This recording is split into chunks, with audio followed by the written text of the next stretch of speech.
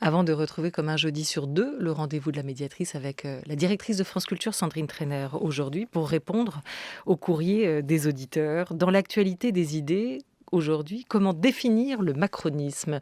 Notre invitée, la philosophe Myriam Revaud-Dallon, professeure émérite des universités à l'école pratique des hautes études et chercheuse associée au Centre de recherche politique de Sciences Po. Elle est notamment l'auteure de Le miroir et la scène, la politique expliquée à nos enfants, ou encore La faiblesse du vrai. Elle publie aujourd'hui L'esprit du macronisme ou l'art de dévoyer les concepts, un ouvrage qui paraît au seuil, imprécis, à l'usage de ceux qui voudraient comprendre les logiques qui se cachent derrière les mots du pouvoir et à l'intention de ceux qui s'interrogent sur les conditions nécessaires à l'émergence ou à la réémergence d'un monde commun.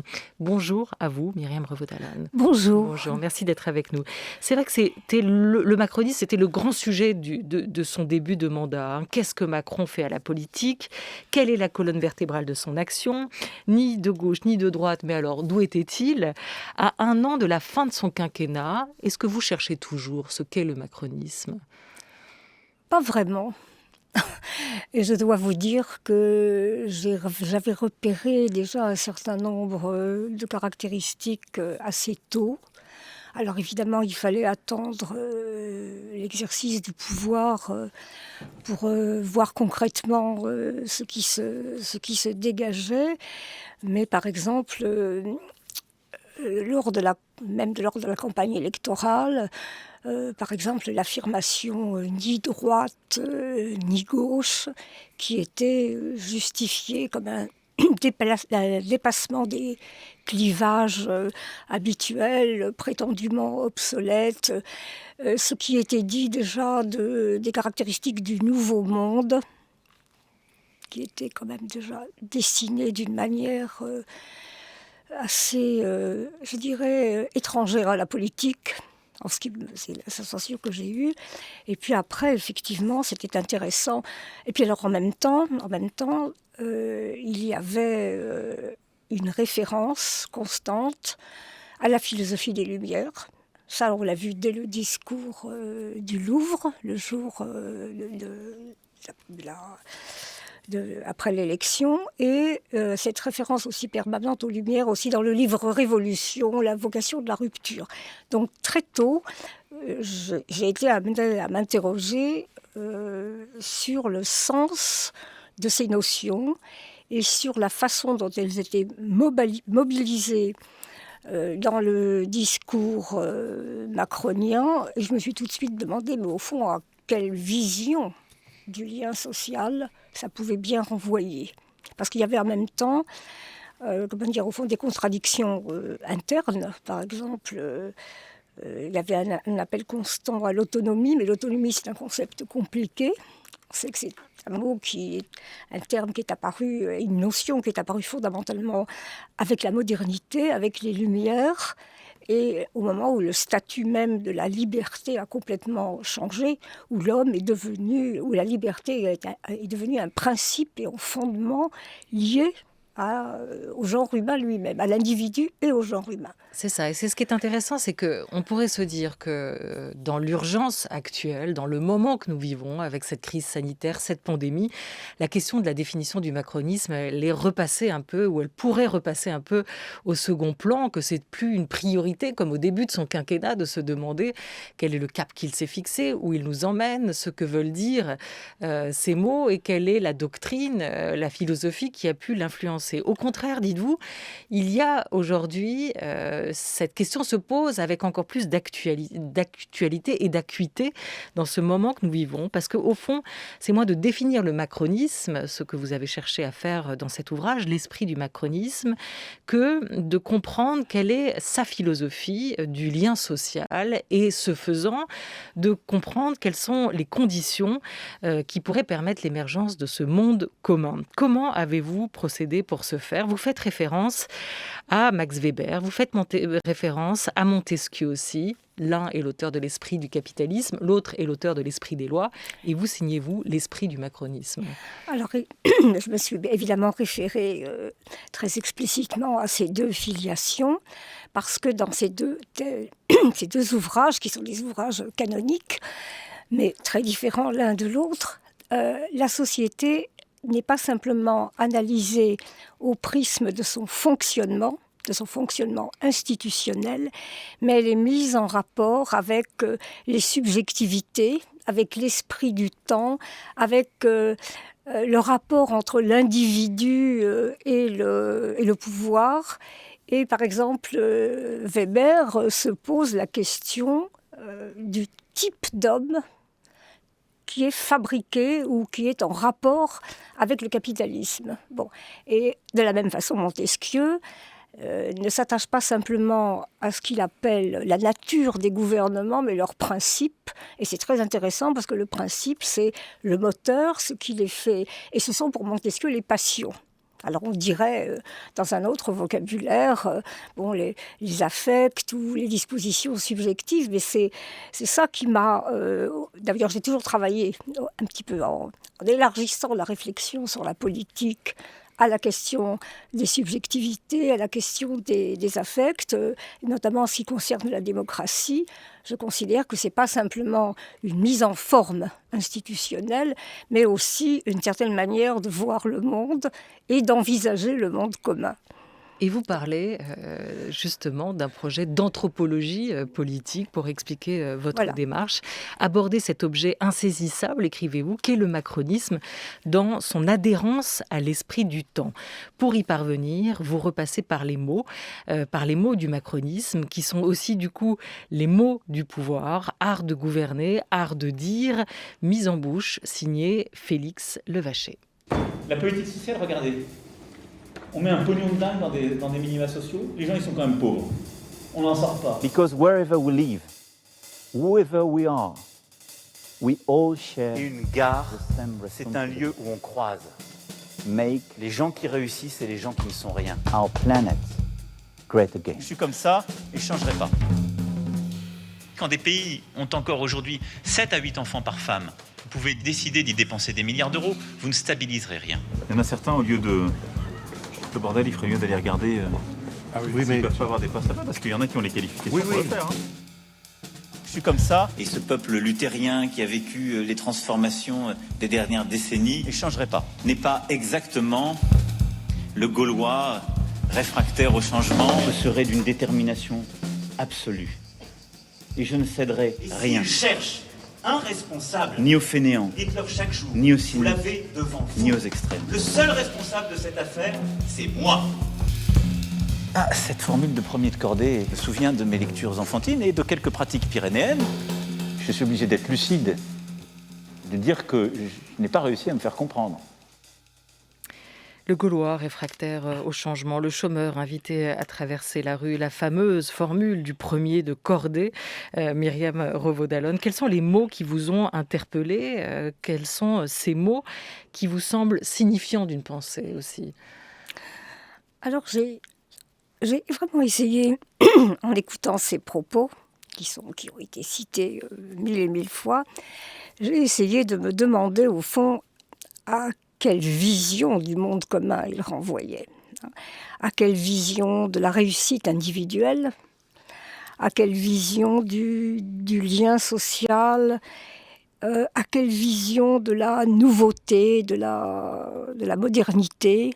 Alors par exemple, les propos sur la gare où on croise à la fois des gens qui ont réussi et des gens qui ne sont rien. C'est pas la même chose de dire on croise des gens qui ont réussi et d'autres qui ont échoué. C'est tout à fait différent. Donc il y a d'un côté les gens qui ont réussi et de l'autre ceux qui ne sont rien. Au fond, ce que Macron dit, il y a d'un côté ceux qui ont réussi, puis de l'autre les invisibles, ceux qui n'existent pas, comme disait Foucault, la vie des hommes infâmes, sans fama.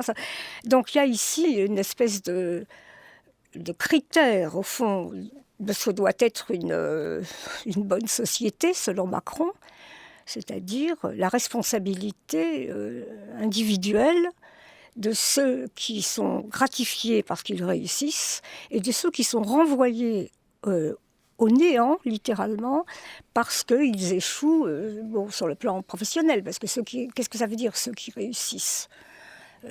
Je ne pense pas que ça fasse allusion à ce que les Grecs pouvaient appeler une vie réussie ou une vie bonne, qui faisait référence à des valeurs qui n'étaient pas simplement de valeurs professionnelles ou économiques, évidemment. Qu'est-ce que lui mettrait derrière ces mots, justement, de la vie réussie, de la réussite? C'est-à-dire, pour les Grecs Non, pour Emmanuel Macron. Pour Macron, à mon avis, c'est une réussite purement individuelle, professionnelle, privée, si on veut, encore qu'il n'en parle pas beaucoup, mais une réussite comme quelqu'un qui réussit dans une entreprise. C'est-à-dire, pour moi, parce qu'il y a d'autres discours et d'autres mots qui soulignent cette tendance, c'est la réussite de quelqu'un qui réalise ses objectifs et qui réussit parce qu'il se donne les moyens de réaliser ses objectifs. C'est-à-dire, c'est une vision instrumentale de la réussite.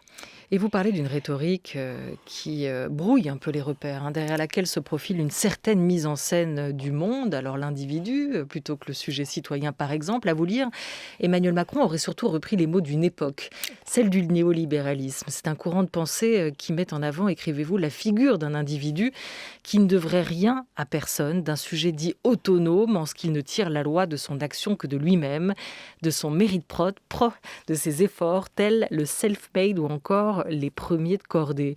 En fait, c'est moins la politique d'un président que vous interrogez que sa conception de la société, du nous et du je. C'est pas le sujet citoyen qui est valorisé à travers ses discours, c'est ça? C'est un individu performant, cet individu qui réussirait? Absolument, c'est exactement ce que... parce que je ne suis pas analyste politique, je ne suis pas politologue, je me suis intéressée véritablement à sa vision du monde. Et on peut quand même penser que cette vision du monde, elle est très très inscrite, au moins très très proche de ce qu'on appelle le néolibéralisme. Parce que le néolibéralisme, bien que ce soit le résultat d'un certain nombre de sources assez compliquées, on peut le prendre aussi comme une sorte de vision globale du monde. D'ailleurs, j'ai été très frappée en retrouvant les textes de Foucault, la leçon du Collège de France, où Foucault dit que ce n'est pas tellement une idéologie structurée, mais une vision du monde, un imaginaire social, ça c'est très important, un imaginaire social, par exemple l'imaginaire de la réussite, et je dirais une certaine conception que l'individu a de lui-même, et par exemple, quels sont les objectifs qu'il se fixe et comment est-ce qu'il se voit dans son rapport aux autres. Et donc, si le macronisme est insaisissable du point de vue des catégories politiques traditionnelles, il est moins insaisissable si on le rapporte à cette espèce de vision du monde qui est rattachée à la flexibilité, à la mobilité. C'est pas simplement sur le domaine économique, mais au fond, dans les parcours de vie, maintenant, on dit que les individus doivent être flexibles, ils ont plusieurs vies. Et quand Macron invite le chômeur à traverser la rue pour trouver un travail, ça veut dire aussi qu'il est entièrement responsable de sa réussite ou de ses échecs, et que surtout, il lui suffit, par exemple, imaginons que quelqu'un ait été formé pour la pâtisserie.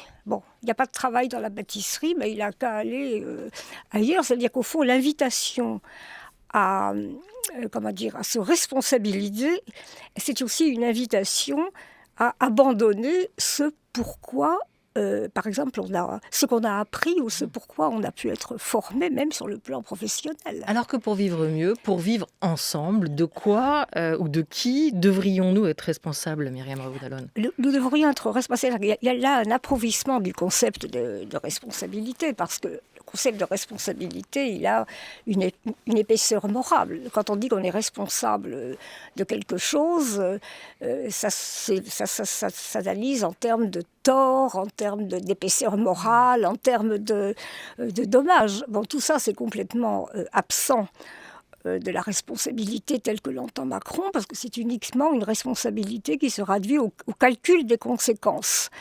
Et de la même façon, il y a, au fond, une complexification croissante aujourd'hui du concept de responsabilité, parce que nous ne sommes pas simplement responsables avec les catastrophes climatiques, avec le souci écologique, nous ne sommes pas seulement responsables de ce que nous avons fait, mais nous sommes aussi responsables de ce que nous laisserons aux générations futures. Alors ça pose des problèmes très compliqués, parce que c'est pas une responsabilité illimitée, on peut pas prévoir à des centaines d'années, mais il y a une inflexion de la responsabilité à la fois vers le passé et vers l'avenir, qui lui donne une épaisseur morale encore plus grande. Or, ça n'existe pas. Cette épaisseur morale, elle est totalement absente de la responsabilité néolibérale, entre guillemets, où être responsable, c'est calculer rationnellement les conséquences de ses actes. Donc il y a l'idée d'un sujet qui agit de cette façon et qui est un sujet entièrement rationnel et calculateur, ce qui est évidemment complètement erroné, puisque en tant que sujet, et pas simplement en tant que sujet citoyen, nous sommes des sujets psychologiques, nous sommes des sujets moraux, nous sommes des sujets juridiques, nous sommes aussi des sujets économiques, mais nous sommes traversés par des tas d'éléments contradictoires. Et c'est très important. Alors, est-ce qu'on peut réduire l'individu uniquement à un sujet économique qui calcule les conséquences de ses actions ?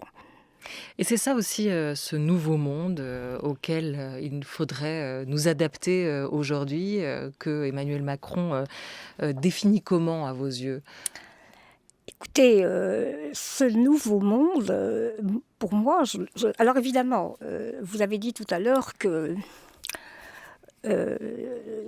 en cette période de pandémie, on pourrait penser que c'est pas absolument fondamental, mais en fait, c'est quand même très important, parce qu'on se souvient que au printemps 2020, il y a eu un certain nombre de discours de Macron qui ont semblé complètement retourner le propos. Et par exemple, il a rendu hommage à l'État-providence, il a rendu hommage à tous ceux, aux derniers de cordée, qui sont en même temps les premiers je crois que c'était les premiers de tranchée, je ne sais plus exactement. Et il semblerait qu'il est momentanément retourné sous la pression de l'urgence sanitaire, son type de discours.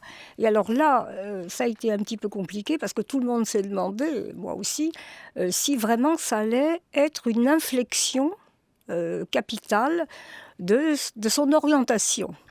Alors, une manière de nous préparer à ce monde d'après, qui est ou si alors, souvent au contraire, évoqué. une manière une sorte de remise en question de ce qu'il avait toujours dit, de sa critique de l'État-providence, de sa critique de l'assistanat, etc. Et alors ? Et alors, en fait, je ne sais pas. Enfin, c'est-à-dire, je ne sais pas. J'ai une idée, mais je suis dans une certaine incertitude, mais je pense que ça ne va pas changer fondamentalement. Mais ce que je veux dire, c'est que on a beaucoup parlé au début de la pandémie du monde d'avant, du monde d'après, du monde d'hier, du monde de demain, parce que nous avons tous le sentiment que c'est une crise telle, ou comme dirait Mauss, un fait social total qui ébranle toutes les dimensions de l'existence. Et qu'on ne peut pas... on a à la fois l'impression et l'espoir qu'on ne peut pas revenir au monde d'avant. Toute la question est de savoir si la rupture qu'a toujours préconisée Emmanuel Macron va dans ce sens, ou bien si c'est comme il l'a toujours fait, une sorte d'adaptation permanente à un monde qui nous est imposé comme s'il n'y avait pas d'autre alternative. Bon. J'ai été très frappée, par exemple, ce ne sont pas tellement des propos anecdotiques, après la Convention citoyenne sur le climat, dont on peut penser ce qu'on veut sur le plan institutionnel, Et à propos de la 5G, il a opposé ceux qui acceptaient la 5G et ceux qui voulaient revenir au modèle Amish. Donc si la rupture, c'est entre la 5G et le modèle Amish, on comprend très bien à quel niveau elle se situe. Et vous venez de dire, Myriam Revaud-Dallon, pas d'alternative, ce qui évoque évidemment les mots ou la rhétorique de Margaret Thatcher précédemment. Vous dites aussi que cette vision d'Emmanuel Macron, elle n'est pas nouvelle finalement. Il est l'héritier d'autres penseurs ou d'autres gouvernants Me semble-t-il, mais si vous voulez, enfin, il est aussi l'héritier d'une tendance qui est une tendance assez lourde et que la gauche a aussi assumée en partie, mais pas de façon aussi claire.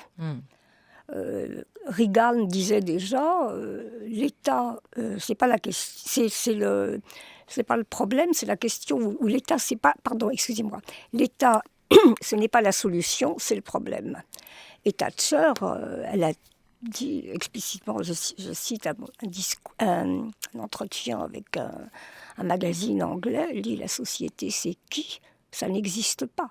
Ça n'existe pas, il n'y a que des individus. » C'est-à-dire qu'il y a ici ce que j'appelle aussi c'est pas seulement une politique économique, on le voit très bien, c'est une vision du monde où, au fond, l'État et l'individu sont presque déliés de toute obligation réciproque. Alors justement, quelle place est donnée à l'État ? Est-ce que vous retrouvez sa conception de l'État et de son rôle dans ces mots de l'entrepreneur Mathieu Laine, auteur d'un dictionnaire du libéralisme et qui vient de publier un nouveau livre, Infantilisation, cet État nounou qui nous veut du bien. Il y a une espèce de dynamique qui se passe où, pour notre bien, on finit de plus en plus par se dire l'État doit décider à notre place, s'insérer jusqu'à dans notre chambre à coucher, venir dans le moindre détail faire le tri de toutes nos activités, pour finir par nous dire finalement tu es comme un enfant, tu es comme un incapable, c'est moi qui vais décider à ta place. Plus vous déresponsabilisez, plus vous enlevez la liberté, plus vous désapprenez en quelque sorte la liberté. Et vous avez une population de plus en plus importante qui est de plus en plus effrayée par l'existence d'un risque potentiel et qui, dès qu'elle a un sujet, se retourne en premier et dernier ressort vers l'État. Et quand vous êtes au pouvoir, vous essayez de répondre à toutes les demandes de protection de partout. C'est impossible, c'est une promesse intenable. Ce que je dis, c'est qu'il va falloir casser cette logique qui veut que la liberté individuelle, la responsabilité personnelle est quelque chose qui se meurt. Pourquoi ? Parce que ça a un coût, à plein d'égards. Ça a aussi des conséquences un peu plus de long terme. C'est un chemin de servitude qui peut nous mener à une tentation despotique. Voilà, c'est cette logique-là, Myriam Revaud-Dallon, qui est en train d'être cassée aujourd'hui.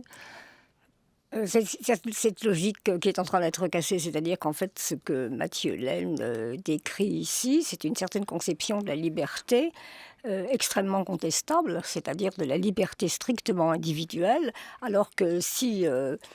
comment dire, être autonome, ça n'est pas du tout ça, ce n'est pas être délié du lien social. Et c'est une analyse qui est complètement faussée par une sorte de vision, d'un certain type de rapport entre l'État et le citoyen qui, au fond, quand on parle d'infantilisation, par exemple, au moment de la pandémie, on devrait plutôt dire que c'est l'obscurité du gouvernement qui a contribué à infantiliser et que la meilleure manière de ne pas infantiliser, c'est d'expliquer, c'est de rendre des comptes.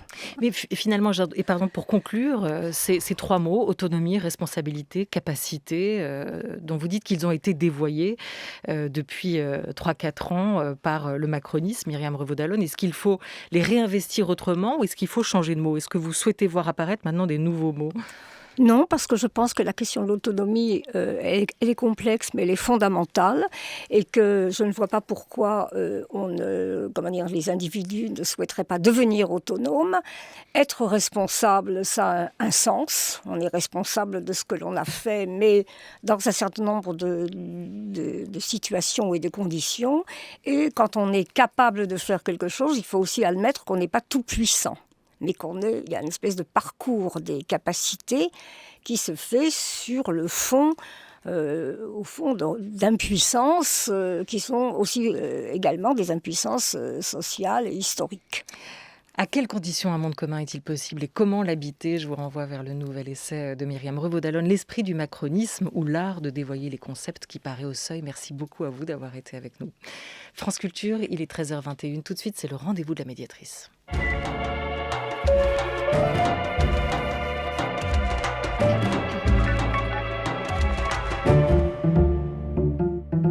Et la médiatrice, c'est elle, Emmanuelle Davier, bonjour. Bonjour Olivia. Avec votre invitée aujourd'hui, Sandrine Trainer, directrice de France Culture, bonjour. Bonjour Olivia, bonjour Emmanuel. Emmanuelle. Sandrine Trainer, bonjour. Nous avons reçu énormément de messages à la suite des propos tenus par Alain Finkielkraut sur LCI. Rappelons que le philosophe était chroniqueur sur cette chaîne. Il a été congédié la semaine dernière pour ses propos sur l'affaire Duhamel.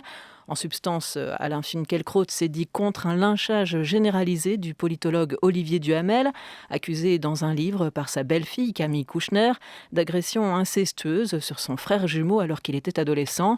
La question du consentement a également été évoquée dans cet entretien sur LCI et à la suite de cette interview, des auditeurs ont demandé qu'Alain Finkielkraut ne soit plus sur l'antenne de France Culture où il est producteur de l'émission Réplique, diffusée chaque samedi.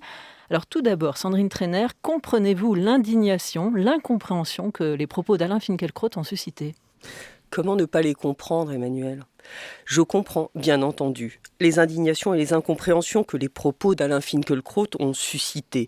Et d'autant plus quand on s'en tient à l'extrait relayé par les réseaux sociaux, notamment sur Twitter, savamment composé pour choquer et créer l'émotion. J'ai tenu pour ma part, et je le conseille à chacun, de regarder la séquence du plateau d'LCI dans son intégralité. En ouverture de sa chronique, Alain Finkielkraut condamne de façon extrêmement claire les agissements d'Olivier Duhamel et les actes pédocriminels en général.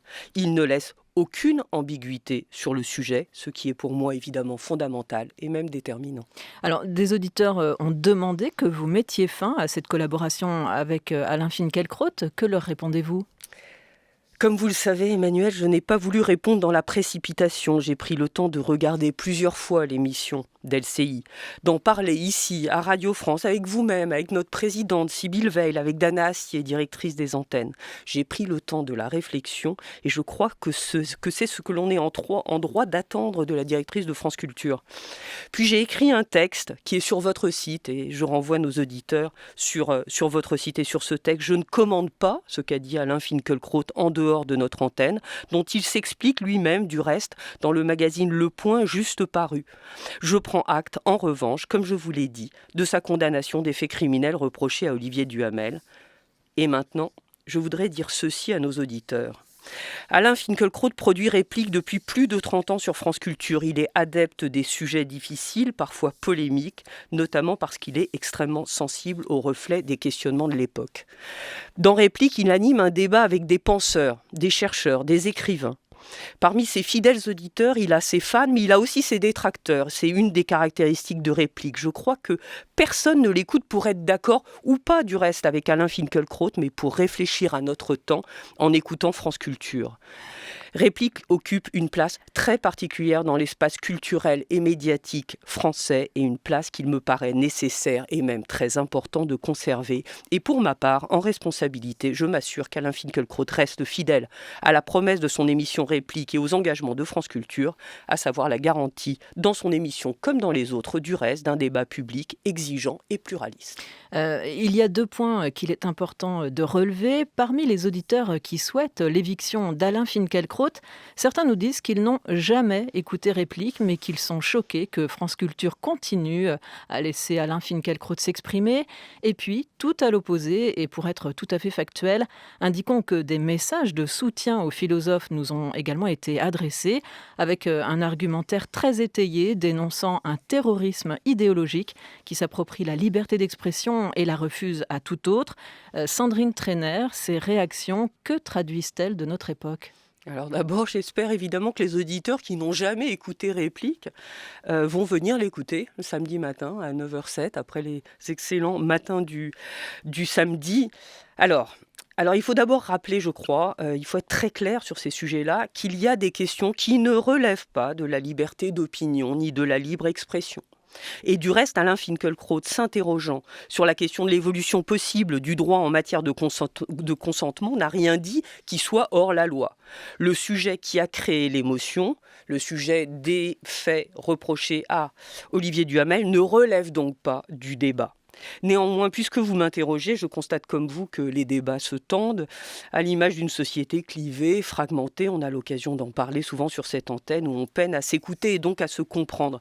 Alors, je n'ai évidemment pas le temps de répondre totalement à votre question. Nous avions consacré au débat public une journée entière d'antenne cet automne, l'automne dernier sur France Culture. Je renvoie les auditeurs à cette journée d'antenne, mais je peux peut-être insister sur les conditions du débat.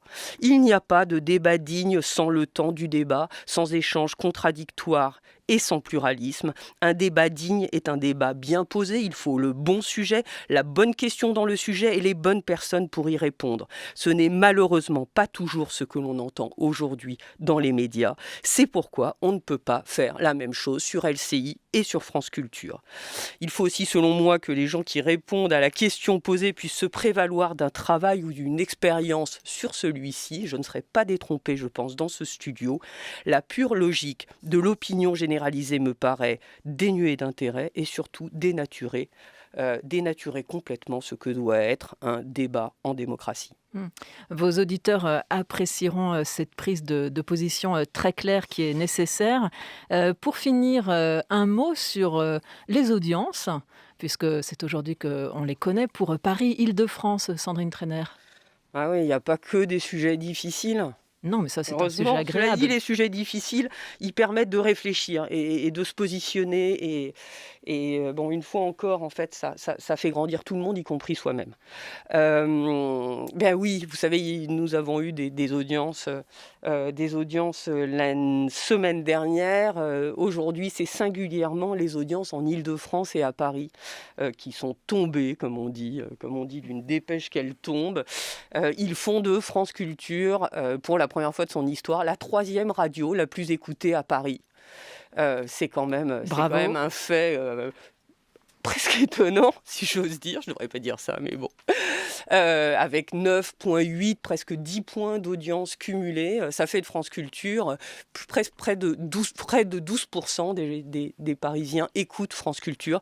Et en Île-de-France, là aussi, un score extrêmement important, puisque France Culture récolte 4,2 d'audience cumulée, ce qui marque une progression tout à fait phénoménale de notre antenne, et je le précise, qui reste tout à fait stable dans toutes les autres régions de France. Et évidemment, on s'en réjouit, et merci à tous nos auditeurs à Paris, en Île-de-France ou ailleurs. Merci à vous, Sandrine Trainer. Merci à vous. Un énorme merci effectivement à tous ceux qui nous écoutent et qui vont pouvoir retrouver dans quelques instants Les Pieds sur Terre. Demain, à la même heure, midi, ce sera Lucille Como pour une grande table critique consacrée à la bande dessinée et aux arts plastiques. Et un énorme merci à toute l'équipe de la grande table qui, cette semaine encore, m'a aidé à préparer et à programmer cette émission. Oriane Delacroix et Henri Leblanc avec Madeleine Martineux, Jean Bulot et Laura Dutèche-Pérez. Merci à Félix Levaché qui nous a rejoint cette semaine en attendant le retour de Thomas Beau à la réalisation.